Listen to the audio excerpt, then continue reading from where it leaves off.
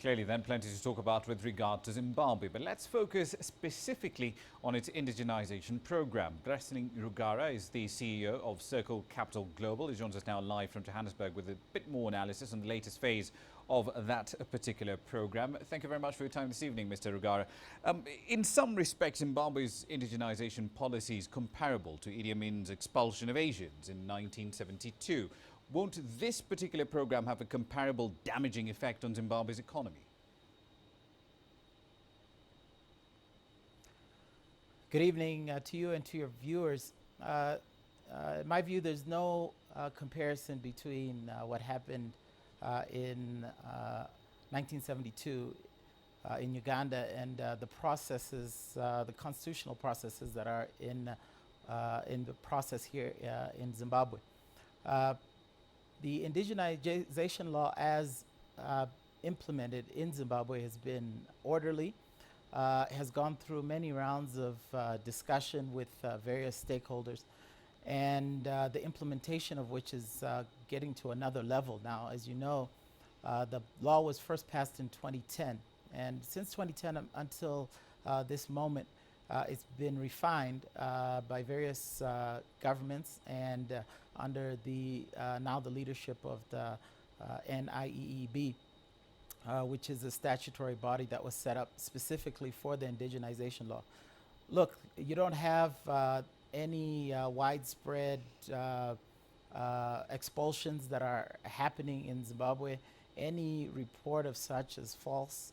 I was recently in Zimbabwe, and the communities there that are business people who are internationals operating in Zimbabwe are in discussions with government, and there's an orderly process that is leading to the transformation of the economy so that small and medium-sized enterprises in Zimbabwe will be able to benefit from participation of economic participants that are inclusive of the indigenous populations, which is a good thing. Walk us through the procedures to manage this transition that you spoke of. What happens from January onwards? Well, the procedures that have been outlined, and these procedures are primarily for what we would call small and medium-sized enterprises. There are 14 sectors that are termed reserved sectors that are largely sectors of the economy where small businesses operate. So hairstylists, different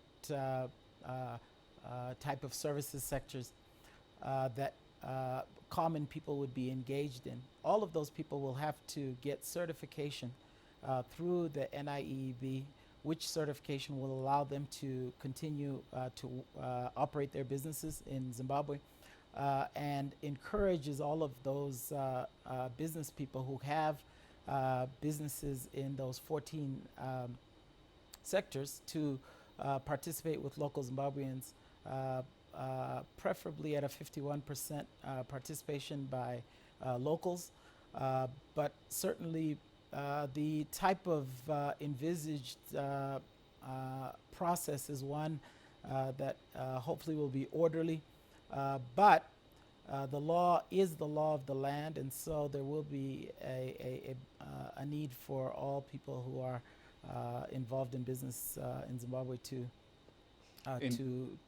participate in the finalization of that. Indeed. The mining minister, however, did offer a compromise to platinum companies. There has been a row between platinum miners, of course, and Zimbabwe's government, saying that, look, if you guys set up a platinum refinery operation within Zimbabwe, we might ease back on the implementation of that indigenization law. Are we likely to see any more such instances of compromises by Zimbabwe's government in future?